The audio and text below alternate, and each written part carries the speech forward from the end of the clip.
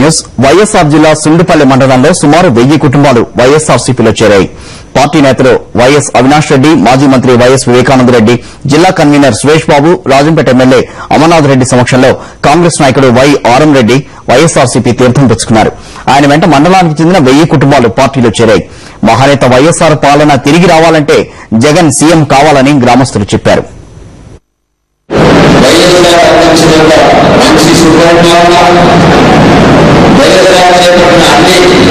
అభివృద్ధి పథకాలు పూర్తి చేయడమే కాకుండా వాటి ద్వారా శాశ్వత ప్రయోజనాలు మన రాష్ట్ర ప్రజలందరికీ, అన్ని ప్రాంతాల వారికి, మరీ ముఖ్యంగా వాహనం రాక నీరు లేక ఎండిపోయే మన రాయలసీమ లాంటి ప్రాంతం, మరీ ముఖ్యంగా మన ప్రాంతం ఎన్ని ఇబ్బందులు పడుతున్నాయో ప్రతి ఒక్కరు కూడా ఎక్కడ ఉద్యోగంగా